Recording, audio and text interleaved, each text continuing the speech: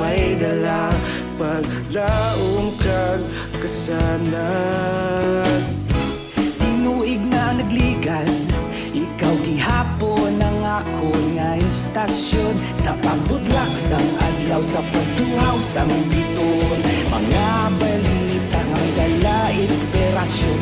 Aksyon radyo, bakolod man sa gihapon. Padayon Aksyon radyo, bakolod saludo sa imo. Padayon Aksyon radyo, salamat kisa pagserbisyo.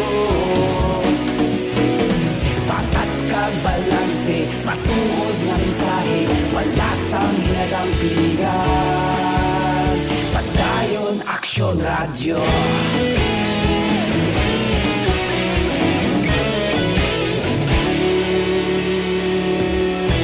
Bakolod nun kag negro sanon inyong pamatian. Balitang Bayan, Numero 1.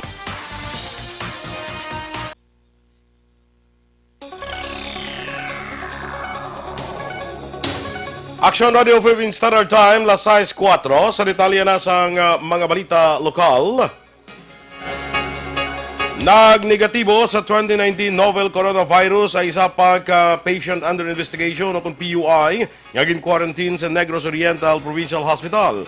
Sunod kay Provincial Health Officer Dr. Leland Estacion, nag-abot ang resulta sa test Pebrero 8 gikan sa Research Institute for Tropical Medicine. Wala gina-identify sa otoridad ang gender kag edad sang PUI nga nagnegatibo sa masakit. Sa karon nagdangat na sa 5 ka mga PUIs ang nagnegatibo sa virus sa Negros Oriental. Samtang ginpahayag ni Negros Oriental Governor Roel Digamo, ilan na trace ang 82 ka mga tao nga nakakontak sa mag-asawa nga Chinese nga nagpositibo sa coronavirus. Ang lalaki nga Chinese ang nagtaliwan bangod sa masakit, samtang ang babae nga Chinese nga una na-report nga nagpositibo sa masakit ang naka-recover na kag negatibo na sa coronavirus matapos ang unang test nga ginpatigayon. Nagalaw naman ang labor sector nga matagan sa financial assistance sa mga naapektuhan nga empleyado bangod sa 2019 novel coronavirus acute respiratory diseases. Sunod kay General Alliance Workers Association ukon gawa Secretary General Winnie Sancho, kinahanglan nga talupang don sang Department of Labor and Employment ukon dole ang kahimtangan sang mga ini. Dugang ni Sancho, posible nga madamo sang empleyado sa mga resorts, hotels ang apektado bangod naga-duty ang pagsulod sa mga international kag domestic tourists. Naibalaan, agin patuman ni Presidente Rodrigo Duterte ang partial nga ban sa mga turista halin kag padulong sa China, Hong Kong kag Macau bangod man sa nCoV. Samtang isa ang patay, isa man ang pilason sa nagbungguan ay ang duha ka motorsiklo sa Barangay Prosperidad, siyudad sa San Carlos, las 8:30 ang takna sa tuong Pebrero 8. Ginkilala ang napatay kay Niño de la Peña, 23 anyos, kag residente sa siyudad sa Escalante. Samtang pilaso naman si Jason Puente Negra, 33 anyos, kaya taga siyudad man sa San Carlos. Sa inisyal nga pagpangusisa sa kapulisan, padulong nabagatnan o kung nasidlangan nga direksyon si de la Peña, kag gulpi lang na bungguan ang ginamaneho nga motorsiklo ni Puente Negra, nga nagabiyahe naman sa magkatuhay nga direksyon nga amo ang gintunaan sa aksidente. Si Puente Negra nakaangkon sang madamo ang kapilasan kag padang ginabulong sa ospital, samtang head injury naman kay De La Peña nga gintunaan sang iya kamatayon. Isa naman ang patay, duha ang pilason matapos nagbungguanay ang duha ka motorsiklo sa National Highway Banwas sang Ibi Magalona, las 7 sang gabi Pebrero 8. Ang napatay ang ginkilala kay Michael Balsena, 37 anyos, taga Purok Hervias 2, Barangay Villamonte, Siyudad San Bacolod, samtang man nagkalapilasan amo sanday Lauro Bellios, 35 anyos, driver sang motorsiklo kag live-in partner sini nga si Jocelyn Carizo, 41 anyos, tanan residente sang Barangay Tanza sa Amunga, Banwa. Sunod kay Captain Wilfredo Benuman Jr., hepe sang Ibi Magalona PNP, gikan Bacolod padulong norte nga direksyon si Balsena, kag pag-abot sa lugar sang aksidente, nagbungguanay sila sanday Bellios nga hana kun tani magliko pawala sa Banga Santo Niño, rason nga nagluntad ang aksidente. Gindala pa sa Teresita Halandoy Provincial Hospital sa siyudad sang Silay si Balsena, apang gindeklarar nga patay na. Sanday Bellios kag Carizo naman ang padayon karon ginabulong sa hospital. nga nag-traverse from south towards north direction. Apang sa pag-reach siya sa National Highway sa Barangay Santo Niño, suddenly ang vehicle 2 nag-traverse in opposite direction, nag-turn left. Wala yan na notisyahan nga approach nga vehicle 1 and ang duwa ka motorsiklo nagbungguanay. Ang kabayan sa pagpahayag ni Captain Wilfredo Benoman Jr. Sa mga dugang pa natin nga mga balita lokal, nakaangko naman sa kapilasan ang mag-amay matapos nga sila mismo naglabanay dira sa Hacienda Santa Teresita, Barangay Dos Hermanas, Ciudad Santa Lisay, mahal 5 ang tagna sang hapon kahapon Domingo ng adlaw. Ginkilala ang mapilason sa ilananday Romeo Sayon, 78 anyos, kag Joey Sayon, 46 anyos. Sa aligasyon ni Joey, upod sila nga nag-inom sang iyamay kag sa malapit na nga maubos ang ila ilim nun, ginpapauli na niya ini. Nagpauli ang amay apang nagbalik ini nga may bit-bit nga binangon, kag ginlabo si Joey igo sa duha ka kamot. Tungod sini nagkuha man si Joey sang sangkot kag ginlabo man ang amay, igo naman sa nawala nga tudlo. Ang mag-amay sa karon ginabulong sa Corazon Locsin Montelibano Memorial Regional Hospital. Sa katapusan nga balita lokal, pilaso naman ang 3 ka maghimata matapos ginluthang bangod na pasibangdan sang magbayaw sa barangay Inayawan, Banwas sang Kawayan, las 8:30 sang gabi Pebrero 8. Ginkilala mga biktima nga sanday Aljan Diaz, 28 anyos, kag pakaisa sini nga si Kent Diaz, 38 anyos, kag asawa ni Kent nga si Novi Joy Diaz, 20 anyos, tanan residente sang nasambit nga lugar. Ang mga sospetsado naman amo si Generoso Melis, 21 anyos, kag Ariel Suarez, 28 anyos, sang amuman nga barangay kag Banwa. Suno kay Major Luel Garinganaw, hepe sang Kawayan PNP, mistaken identity ang natabo bangod na hibaluan, bago natabo ang pagpangluthang, may nakontra ang magbayaw nga si alias Budok Bilyones. Sa pagpangusisa ni Garinganaw, nagtapungulay sanday Bilyones kag Melis, rason nga nagpauli sa ila puloy-an kag nagkuha sang ginaligar 9mm nga armas luthang. Pag-abot sa lugar sang insidente kundi nagatindog ang 3 ka biktima, ginluthang sila ni Melis rason nga naigo sa paa sanday Kent kag Novi, samtang kibyas naman sa guya ni Aljan. Palayag ni Garinganaw, madulom ang lugar sang insidente, rason nga posible wala makita ni Melis nga hindi sila ang iya siningit target. Matapos ang insidente, nagpalagi ang magbayaw kag nadakpan paagi sa pursuit operation, samtang 3 ka biktima ang padayon ginabulong sa ospital sa syudad sang Kabankalan. Ining mga biktima nato niya, nasala na niya, mistake na din dito yan Kay garam nagat tinindog sa kilidalan, tapos kay bidudulom siguro, tungkol sa kainit, abi kung saya na, ginprenero yang kwan, ang mga bystander. Ang kabayan sang pagpahayag ni Major Luel Garinganaw. Aksyon Radio Philippines Standard Time, las 6:11. Sa ato naman mga ka-aksyon nga nagaproblema sa mga bukol nga nagatubo sa inyong lawas, sis na nagkuntumor, hindi pagpadugaya, hindi pagpabayi para hindi na magmalignant. Maginom na sa Santon Plus Herbal Capsule, sunod sa mga eksperto. Ang Santon Plus Herbal Capsule makatunaw sa mga breast cyst, myoma, bukol sa ovary, bukol sa baga, goiter, kag iban pa. Ginabuligan pa sa Santon Plus Herbal Capsule ang inyong lawas para nga hindi matubuan sa mga bukol, cyst, kag iban pa nga mga balatian. Santon Plus Herbal Capsule, garantisado, may alibyo. Mabakal sa mga butika, tag 12 pesos lang. Bisitahin man ang Alternative Medicine and Wellness Center sa Medala Nernais at tubalan sang gate sa Paglawang Sports Complex. Tabuk sinayara dira ang Alternative Medicine and Wellness Center. Pangitalang si Doc Ramel Uy para sa libre nga check-up. Kagan Santon Plus Herbal Capsule pwede na ma-deliver sa inyo balay pagi sa pag-order online sa www.kalusuganyan.ph o magbisita lang sa Kalusuganyan Facebook page. Mga nagapalaptas ang fake news, dapat lagson sang otoridad suno kay Vice President Robredo. Samtang 30 ka mga Pilipino nagabot na sa Pilipinas gikan sa Wuhan, China. Ang mga balita nasyonal sa pagbalik sang Aksyon, Balitang Bayan, Numero 1.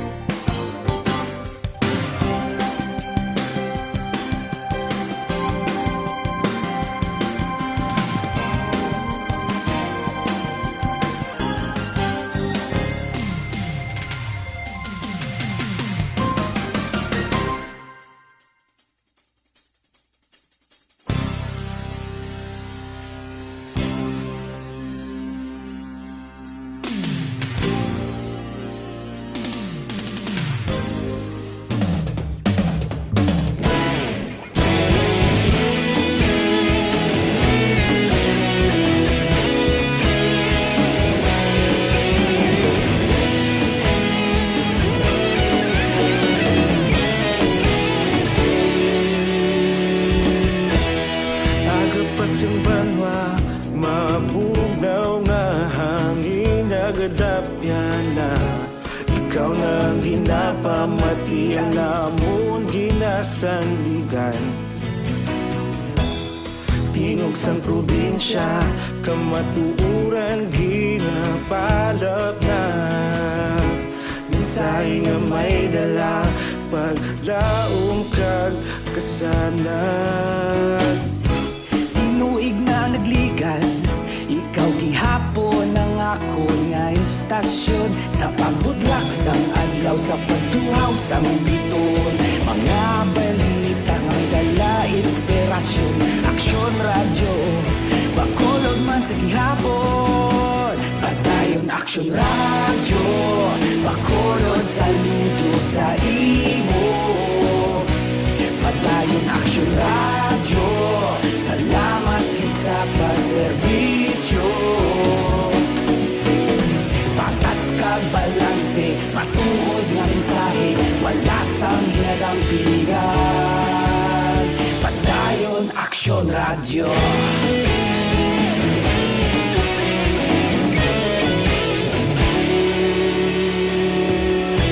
Bakolod nun kag negrosanon, inyong pamatian. Stasyon nga nagapalaplag sang kamatuuran.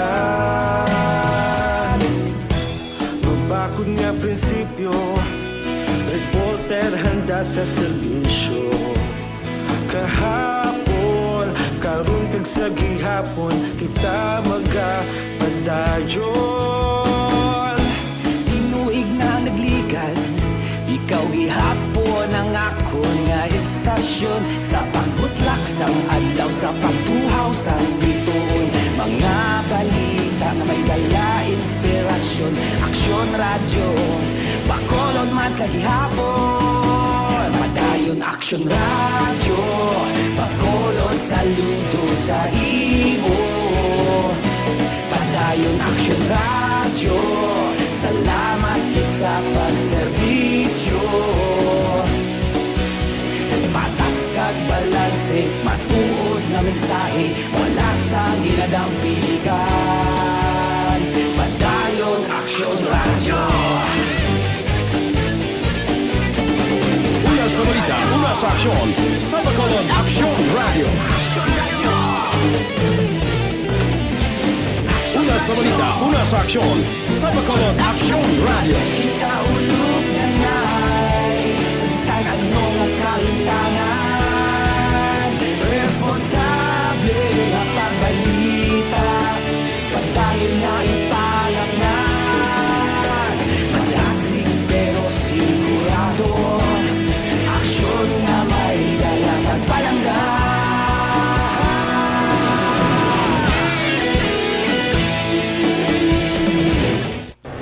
Aksyon, Balitang Bayan, Numero 1.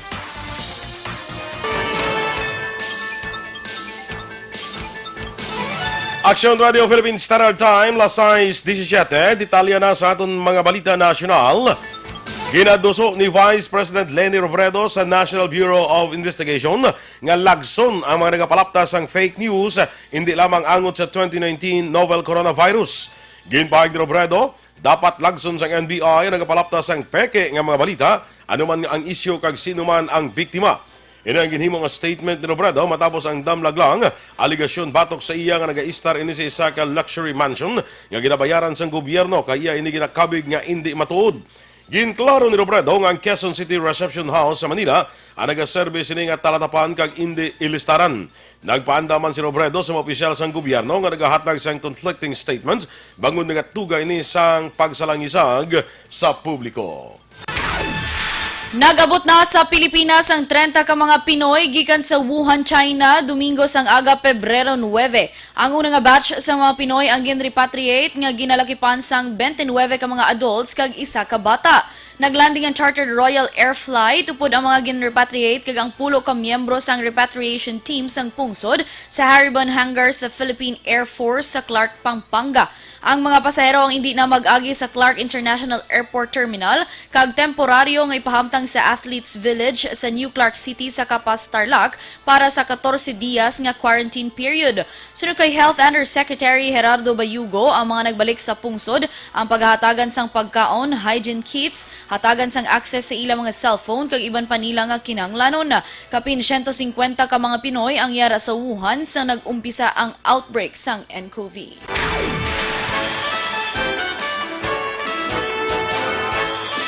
Kumpiyansa naman si Health Undersecretary Gerardo Bayugo nga wala sang contamination nga natabo sang nag-abot sa Pilipinas ang mga Pinoy gikan sa Wuhan, China. Sa isa ka press conference kahapon nga adlaw ginpaatag di Bayugo, ilagin pa siguro nga napatuman sang husto ang plano sang nCoV Interagency Task Force angot sa arrival process. Sunod kay Bayugo, wala sang contamination sa airport kag wala sang sintomas nga nag-develop samtang nagasakay sa aeroplano ang mga gin-repatriate. Sunod pa kay Bayugo, ang mga gin-repatriate nga Pinoy ang safe kaya nagapahuway na sa quarantine facility sa Kapas, Tarlac. Nagpasiguro naman si Interior Secretary Eduardo Anyos ang safety sa mga residente sang Kapas, Tarlac kasunod nga pag-ausaron ang Athletes Village sa lugar bilang quarantine facility. Sunod kay Anyo, wala sang risgo sa mga residente sang Tarlac kag hindi man nila makita ang mga overseas Filipino worker nga gindala sa lugar humalin sa Wuhan, China. Ginpatag ni Anyo, nagdesisyon ang gobyerno nga usaron ang among pasilidad bangod ini ang kinahanglanon kag para sa national interest. Sunod kay Anyo, ang mga gin-repatriate ang mga Pinoy man nga nagakinahanglan sang bulig kag pag-insyende. Sunod pa sa Interior Secretary, ang mga may normal nga health status lamang ang ipaydalom sa 14 ka adlaw nga quarantine samtang wala nila ginatugutan nga makasakay sa eroplano ang mayara na sang mga sintomas. Sa mga duga pa naton nga mga balita nasyonal, nabalaka naman si Presidente Rodrigo Duterte sa epekto sa ekonomiya sang pungsod bangod sa 2019 novel coronavirus acute respiratory disease nga outbreak. Sunod kay Presidential Spokesman Salvador Panelo, nagahimo sang pamaagi ang administrasyon para masolusyonan ang ining problema. Una naging palayag ni Socio-Economic Planning Secretary Ernesto Pernia, magalambot sa 133 bilyones pesos ang madula sa ekonomiya sa pungsod kung magalawig ang krisis sa coronavirus tugtog Disyembre karon nga tuig. Sunod kay Panelo, pursigido gid ang gobyerno nga mapauntat ang paglaptas ang coronavirus nga nag-apekto sa iban man nga mga pungsod. Ginpaandaman naman ni Department of Agriculture Secretary William Dar ang mga abusado nga negosyante nga nagamanipular sa presyo sang agri-products sa mahimo nila sa labton ing kaso nga madagpan. Ini kasunod sang nadiskubrihan nga ang presyo sang manok nga 77 pesos kada kilo halin sa manokan ang ginabaligya na sa merkado sa balor 157 pesos kada kilo. Ang isda nga marot ang ginabaligya sa wholesale nga 50 tubtob 60 pesos kada kilo kag ginabaligya sa tag 200 pesos kada kilo kag ang lokal nagalambot sa 280 pesos ang kada kilo. Sunod sa Tiglikom, indikasyon ini nga mayara sang manipulasyon nga katabo sa diin mas mahal pa ang isda nga marot sa presyo sang baboy nga nagabili lang sang 180 tubtob 220 kada kilo. Isa sa nakitaan nga rason ni Dar amo nga may pila ka negosyante nga wala nagapanubo sa presyo sang nasambit nga balaklon sa pihak nga natapos na ang holiday season kag may iban nga nagapamintaha sa damlag lang natabo nga paglupok sang bulkan Taal.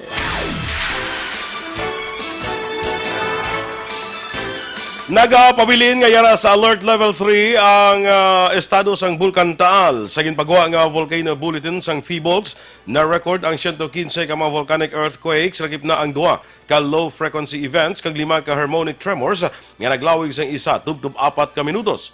Padayon sa gihapon ang pagbuga sang bulkan sa puti nga aso nga may kataason nga 200 tubtob 300 metros. Sunod pa sa Philippine Institute of Volcanology and Seismology, nagabugaman ang bulkan sang sulfur dioxide emission, 116 ka ton sa kada adlaw.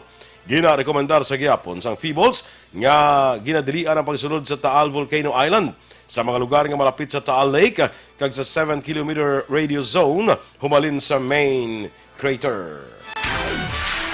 Matapos ang malapit isa ka bulan nga paglupok sang Bulkan Taal, nanawagan si Bahay Party List Representative Nailia Aguinaldo sang Rehabilitation kag Resettlement Master Plan para sa mga komunidad nga naapektuhan sang kalamidad. Si Aguinaldo ang nag-file sang House Resolution number 699 nga nagapanawagan sa national nga mga ahensya nga maghimo sang comprehensive plan. Sunod kay Aguinaldo nga tumandok sang Batangas, ang plano ang dapat pagalakipan sang pagtukod sa mga infrastruktura para mabuligan ang mga biktima nga magpreparar sa tion nga maglupok ang bulkan sa palabuton. Sa pinakauli nga datos ang gobyerno, 482,925 ang survivors ng paglupok sa bulkan kag masobra 23,000 naman ka mga evacuees ang nagapabilin pa sa mga evacuation centers. Samtang ginpanghiwala sang Malacanang nagainaway ang mga ginasaligan nga mga cabinet officials ni Presidente Rodrigo Duterte matapos nagpagwa sa nagkalain-lain nga statement angot sa mando sang presidente sa pagbasura sang Visiting Forces Agreement sa Estados Unidos. Sang tinalikdan nga semana, ginpahayag ni Presidential Spokesperson Salvador Panelo nga nagmando si Duterte kay Defense Secretary Delfin Lorenzana nga ipahibalo sa US ang plano sang pungsod nga kanselasyon sang VFA. Pero Sanday Lorenzana, Executive Secretary Salvador Mijaldea kag DFA Secretary Teodoro Locsin Jr. ang nagpalayag nga wala sila nakabaton sa mga mando gikan sa presidente. Sa ginpagwa nga statement ni Panelo kagabi Domingo, iya lamang ginkadlawan ang report angon sa naglain-lain nga statement sang apat ka mga cabinet officials. Ginklaro ni Panelo nga iya lamang gin-quote si Duterte kag wala man sila naghambal nga na-issue na sang Chief Executive ang iya mando para sa Executive Secretary. Nanindugan si Panelo nga nagaisa ang mga cabinet officials kag ilag na respeto ang mga pulisa nga luyag sang presidente. Sa katapusan nga balita national, ginaduso ni Senador Sherwin Gatchalian nga amyendahan ng Philippine Disaster Risk Reduction and Management Act of 2010 para hatagan sang puder ang local government units kag pabakuro ng ilang nga disaster response offices. Sunod sa senador, sa ginapatuman sa karon nga layi, limitado lamang ang capabilities ng LGU sa disaster response and risk reduction kag dugangan pa ang wala nagapalarehos nga alokasyon sa calamity funds. Ginehemplo ni Gatchalian ang syudad sang Makati nga isa sa ginakabig manggaranon nga syudad sa pungsod nga mayara sang 700 milyones pesos nga calamity fund kada tuig, samtang ang Batangas kung sa diin mayara sang aktibo nga bulkan ang may manubo pa nga calamity fund. Aksyon Radio Philippine Standard Time, las 6:26. Sa ato naman nga mag-aksyon nga nagaproblema bala sa allergies, ang ining mighty siblang alkaline nga vitamin C, may mataas ining antihistamine properties, ginapanumo sa ining histamine level sa imong lawas para nga makontrol ang allergies.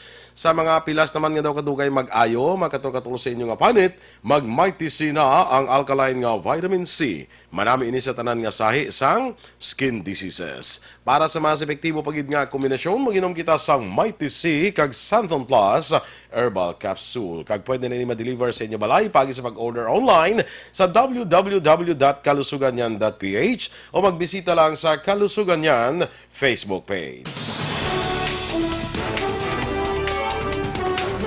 Inyong ipapatiyan aton mga balita diri sa Aksyon, Balitang Bayan Numero 1. Standby na sa Aksyon Report, second portion. Upod ka Aksyon, Fred Salanga. Balikay kita sa Aksyon Balita Morning Edition. Upod gyapon sa inyo News Team. Aksyon Eden Aboso. Kag Aksyon Boy Duran. Una sa balita, una sa Aksyon. Sa Bacolod Aksyon Radio.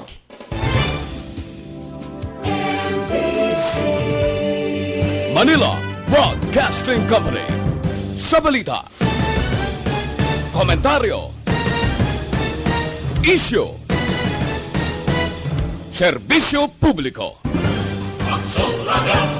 Sa Bacolod, Aksyon Radio. Aksyon Radio.